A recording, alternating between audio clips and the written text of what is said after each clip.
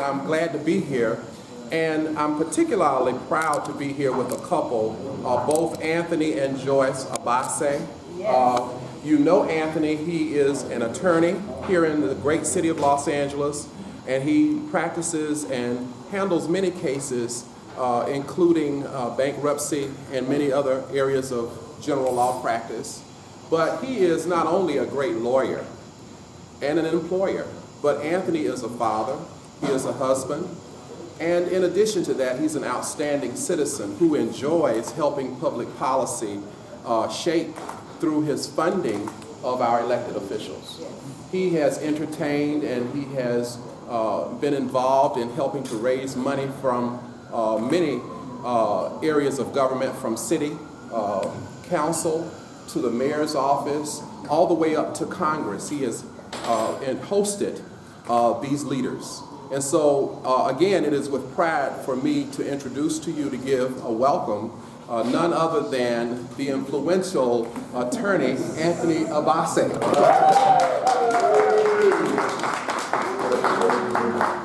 Well, thank you very much, Assemblyman Davis and now Commissioner Davis.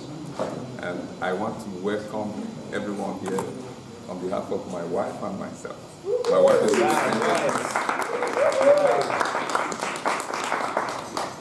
and I want to particularly thank everyone that was able to make it here today. We did this on a very short notice, but this has been my dream. Okay. I'm not only a practicing attorney here, or I have not only supported elected officials, I have always dreamed about hosting the Congresswoman Egbase. And I'll tell you why. Because the Congresswoman has done so much for Africa, as you can hear from my accent. And by the way, if you come to Africa, you have an accent too. So I'm very proud. I'm very proud of my accent. Anyway, the Congresswoman has done so much for Africa in general. There are many countries in Africa. Africa is not a country, as some in the United States would like to think. Africa is made up of many, many countries. But the Congresswoman here, Ms. Bass, has done so much. I've met many African leaders, many influential people from Africa, and they never cease to talk about Congresswoman Egbase. And it's my honor to really have her here today in my presence and in the presence of my wife and all of you. And before we started this, as you may have seen, we went upstairs and I quickly let the Congresswoman know where my passion is right now. And that is regarding Nigeria and the Boko Haram insurgency in Nigeria. Yes. So, and I know the Congresswoman has publicly lent her voice against that menace, and I have told her to continue to do so. But why the Congresswoman is here today is because she's going for re-election. Okay, she can only help me and us if she continues to get re-elected. Okay, so I don't think she has any credible opponent. I'm very confident that I'll tell her she will be re-elected. But as you all know, the Congress is every 2 years. So hopefully I will talk to her staff and we'll get at this again sometime in March, because we have to start preparing for the next one. And again, thank you very much for coming with this very short notice, and I really appreciate that at the bottom of my heart. Thank you. Ladies and gentlemen, join me in welcoming our friend, our Congresswoman, Congresswoman Egbase.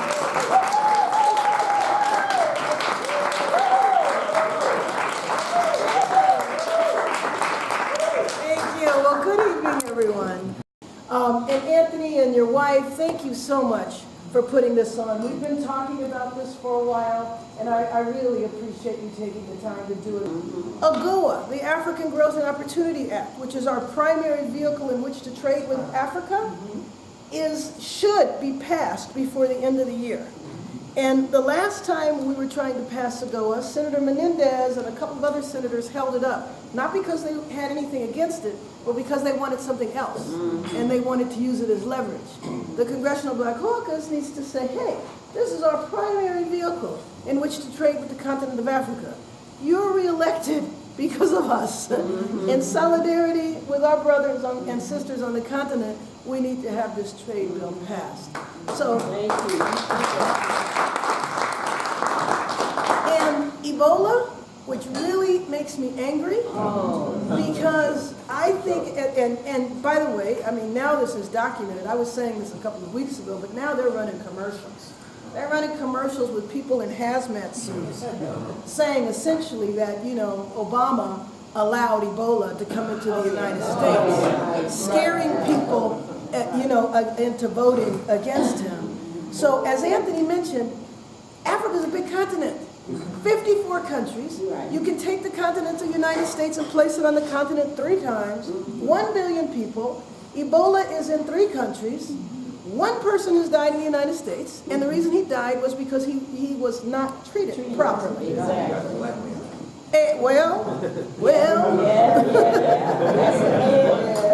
Everybody else has been fine. I know that there will be more Ebola cases in our country, but we do not have an epidemic with Ebola. You might die from the flu first, especially if you don't get your flu shot.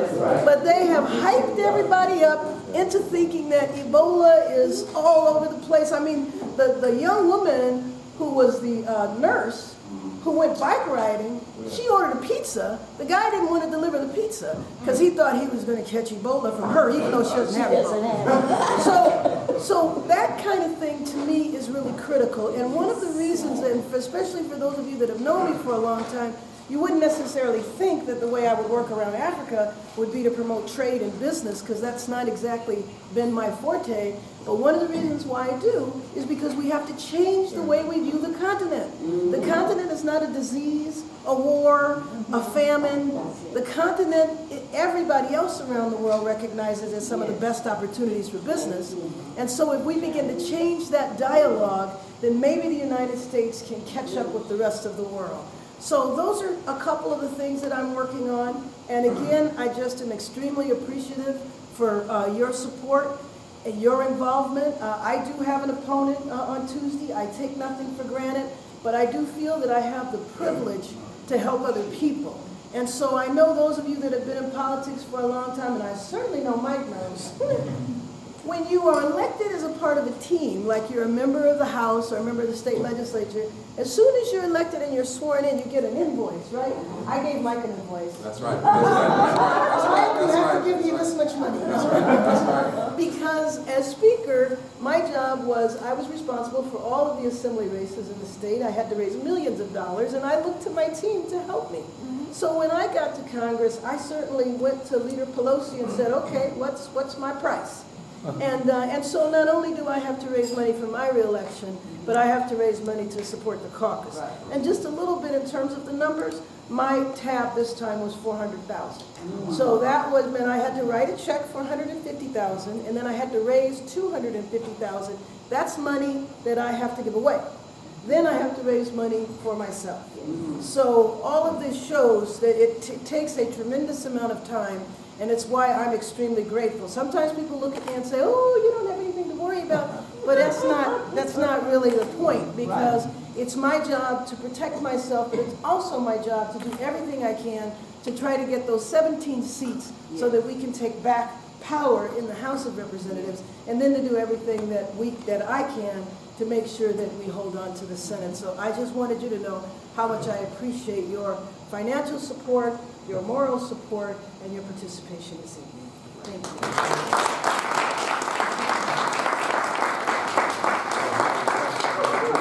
So we'll take a few questions for the Congresswoman. Congresswoman, why don't you tell us about your leadership positions in Congress? Are you a chief whip? The good news about Africa, strange as it might sound, Africa is a real bipartisan issue. I work very well with Republicans. The chair of the Foreign Affairs Committee is Ed Royce from Orange County, and he's a great colleague. And so there is a tremendous amount of support for AGOA, the African Growth and Opportunity Act. Just in a nutshell, what AGOA does is AGOA allows African countries and African businesses to export goods to the United States without paying a tariff. This provides hundreds of thousands of jobs for Africans in a number of countries. Unfortunately, it's underutilized because a lot of the African countries don't have the basic infrastructure to utilize it, meaning that we have very high standards for everything. If you can't meet our standards, you can't export into the United States. So part of what we need to do is we need to reauthorize the trade agreement, but we also need to help the African countries meet the standards. So one of President Obama's initiatives is called Electrify Africa, because believe it or not, 2/3 of the continent is without electricity. So to build that part of the infrastructure, President Obama has an initiative called Electrify Africa. Staff, since we've been on recess since the beginning of September, staff, both sides of the aisle, both houses, Senate and House, have been working on a new bill that would be AGOA. We have a chance of having it pass in the lame duck session because it's really not that controversial. So what is needed, and we did this strategy last time, there are key members of the Senate who need to be pushed to say, okay, this isn't a controversial issue, so do it. Sometimes if it's not controversial, it doesn't get done just because it doesn't rise to the level of interest. So it's on us to get our churches, which are national, and that's the strategy we used the last time, by the way. Churches went and visited, our ministers went and visited Senator Menendez and said, stop holding the bill. And by the way, aren't you running for re-election? And all of a sudden, he saw the light. And so the bill moved. So even though we're in California and we don't necessarily have to worry about our delegation, here we do have in the state of California the #2 person in the House, Kevin McCarthy. He's the majority leader. He's from Bakersfield, happens to be a friend of mine. It would be very important to let Kevin McCarthy know that this is a very important issue.